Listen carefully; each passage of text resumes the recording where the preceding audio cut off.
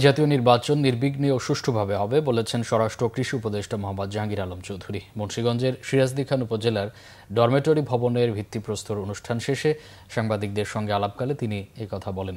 জানান, বর্তমান আইনশৃঙ্খলা পরিস্থিতি অত্যন্ত সন্তোষজনক। প্রশাসন ও আইনশৃঙ্খলা বাহিনী সমন্বিতভাবে কাজ করছে।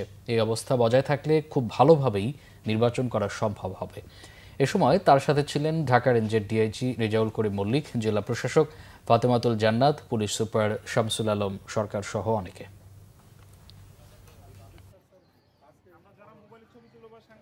ছোটখাটো দুই একটা ঘটনা ঘটবেই। ছোটখাটো ঘটনা যদি না ঘটে তো চাকরি থাকবো না। মানে এই জন্যই তো ছোটখাটো ঘটনা ঘটে, বা বড় ঘটনা যেন না ঘটে, আর এই ছোটখাটো ঘটনা যেন না ঘটে, এই জন্যই কিন্তু এটার দিকে তো খেয়াল রেখেও যেন ঘটনা না ঘটে। বাট নির্বাচনের পরিবেশ ভালো এবং আইন শৃঙ্খলা পরিস্থিতিও যেটা, এটা দিয়ে ভালোভাবে নির্বাচন করা যাবে।